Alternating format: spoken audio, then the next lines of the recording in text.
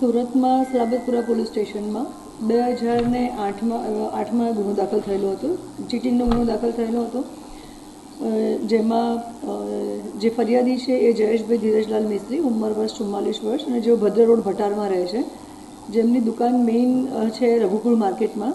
અને તેમની પાસેથી હરિયાણાના જે અરુણકુમાર છે એ બીજા ત્રણ જણા છે, અને ચારેય ભેગા મળી અને જયેશભાઈ પાસેથી અલગ અલગ માલ લીધો હતો જે વેચવા માટે થઈને.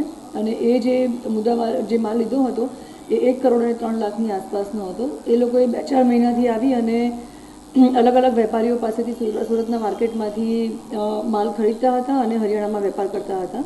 થોડા સમય સુધી જ્યારે એમણે રેગ્યુલરલી માલ સામાન લીધો અને પેમેન્ટ કર્યું, તો એક પ્રકારનો વિશ્વાસ વેપારીઓનો અહીંયા એમણે ગેઇન કર્યો કે ભાઈ આ જેન્યુઇન વેપારી છે અને એ ધંધો જ કરવા માટે અહીંયા આવે છે, જે માલ સામાન લેશે અને પૈસા પણ રેગ્યુલરલી આપણને આપશે.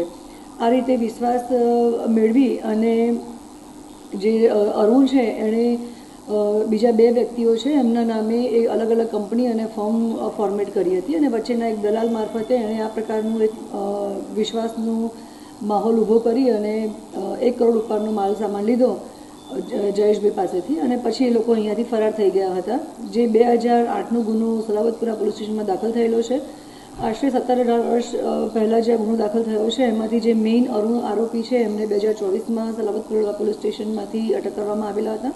અને બાકીના જે 2 આરોપી છે જેમનું નામ છે અજય યાદવ અને સુનિલ કાશીરામ શર્મા, કે જેમાંથી એક દલાલ છે, અને બીજા જે સુનિલભાઈ છે એમના નામે ફોર્મ બનાવેલી હતી. બંને હરિયાણાના છે. અને અત્યારે જે દિવાળીનો ટાઈમ આવી રહ્યો છે, જેમાં આ રીતના લેભાગુ જે વેપારીઓ છે જે અલગ અલગ અનધર સ્ટેટમાંથી અથવા તો અલગ અલગ સિટીમાંથી સુરત સિટીમાં આવે છે, થોડા સમય સુધી ધંધો વેપાર કરે છે, માર્કેટમાં એક વિશ્વાસનો માહોલ ઊભો કરે છે અને પછી લોકોનું ચીટિંગ કરીને અહીંયાથી જતા રહે છે. એ લોકો માટે થઈ અને એક ખાસ સુરત પોલીસ અને ગુજરાત પોલીસ એક મેસેજ આપવા માંગી રહી છે કે 17 વર્ષ પહેલાંનો પણ જે ગુનો દાખલ થયેલો હતો અને એમાં અમે આરોપી પકડી લાવ્યા છીએ. તો આ પ્રકારના ચીટરો અત્યારે જે માર્કેટમાં ફરતા હોય દિવાળીમાં, તો એ લોકો પણ એલર્ટ થઈ જાય. એક માહોલ પોલીસ ઉપર પણ વેપારીઓનો એક વિશ્વાસ બેસે કે ભાઈ કઈ રીતે ડિપાર્ટમેન્ટ અને તંત્ર કામ કરી રહ્યું છે.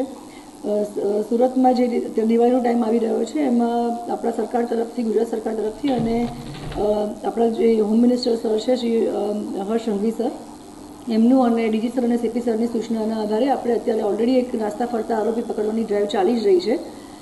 જે ડ્રાઈવના સંદર્ભમાં આ આપણે બંને આરોપી હરિયાણાથી અત્યારે ઝોન 2 ખાતેથી એલસીબી પકડી લાવી છે અને આગળની કાર્યવાહી ચાલુ છે.